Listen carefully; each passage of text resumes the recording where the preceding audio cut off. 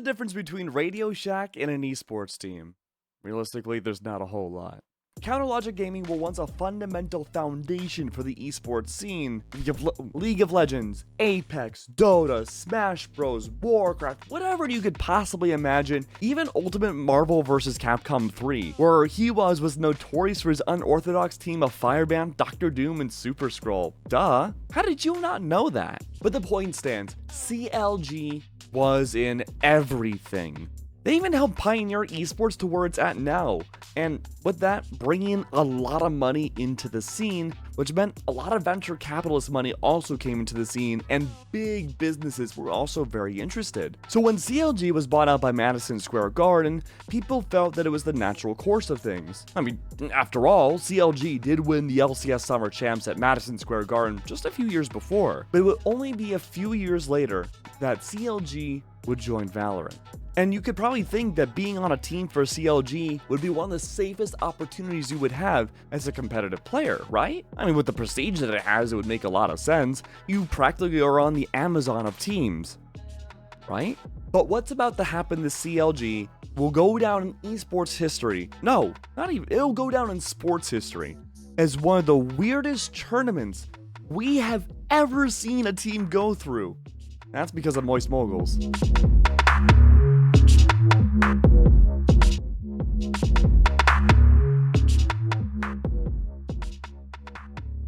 Just over a year after Valorant's launch, Riot Games announced Game Changers, a circuit designed for women and marginalized genders to gain the experience needed to play top-tier play. They're the tournaments that the Twitter ghouls get mad about. And unlike the crust of their beards, there was a whole lot of cheese that could be made. CLG joined in the first Game Changers tourney and Jesus! They were good. So good that the only team that could beat CLG Red was the team that won the first Game Changers, and all the other Game Changers after. And that was Cloud9 White. So CLG, GG goes next, and the same thing happens. CLG's roster comes in second once more, but CLG wouldn't find major success again for over a year, into 2023. After a bad 2022, CLG's newest roster was looking dominant for GC1.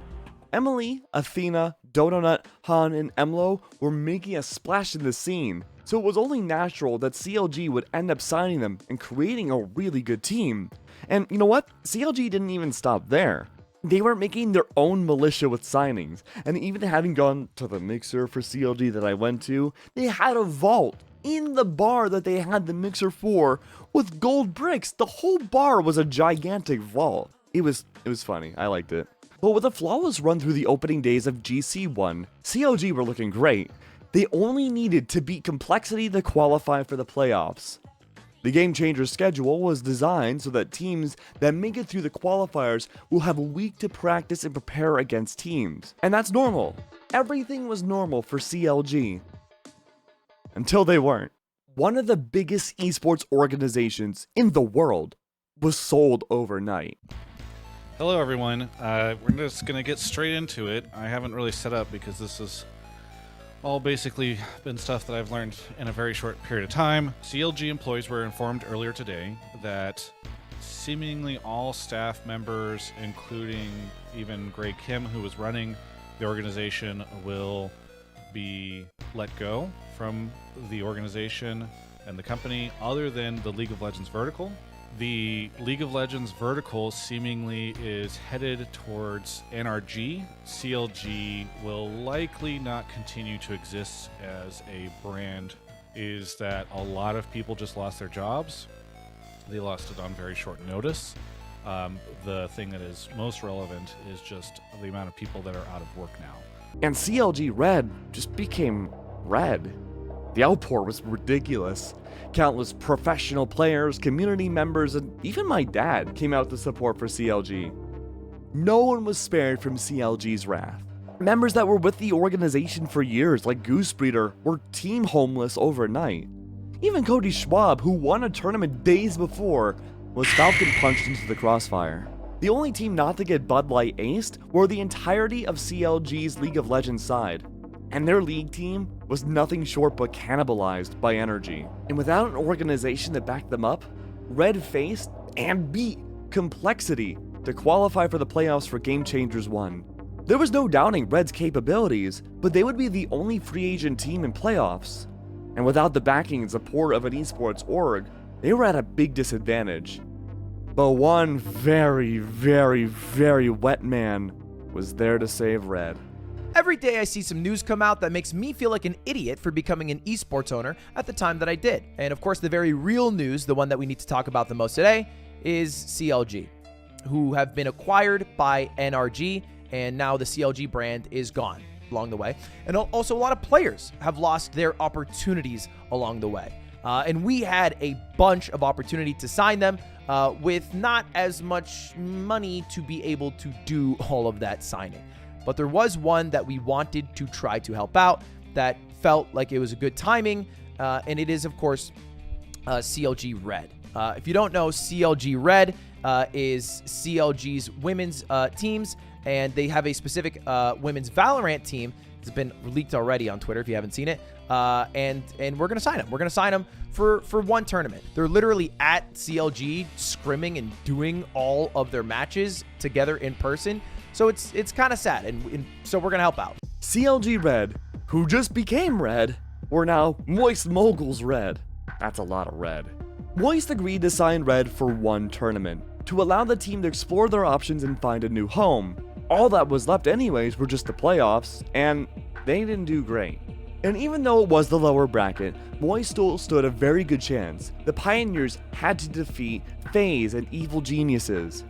And of course, in the upper bracket, there were still the leftovers of their former rivals, Cloud9 White, who are now in a form of something different, split off into Xset and Version 1 to compete still in the upper bracket.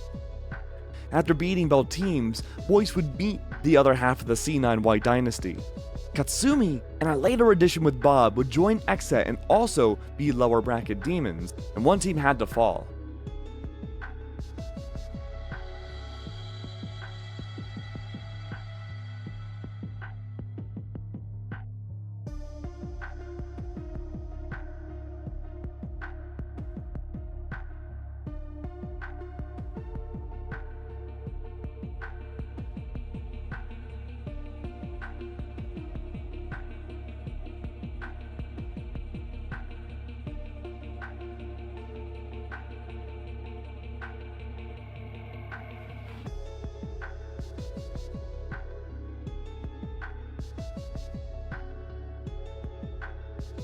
Red signed the Moist for only one tournament, then the future looked so uncertain. Until a very unexpected org came into play to save the day.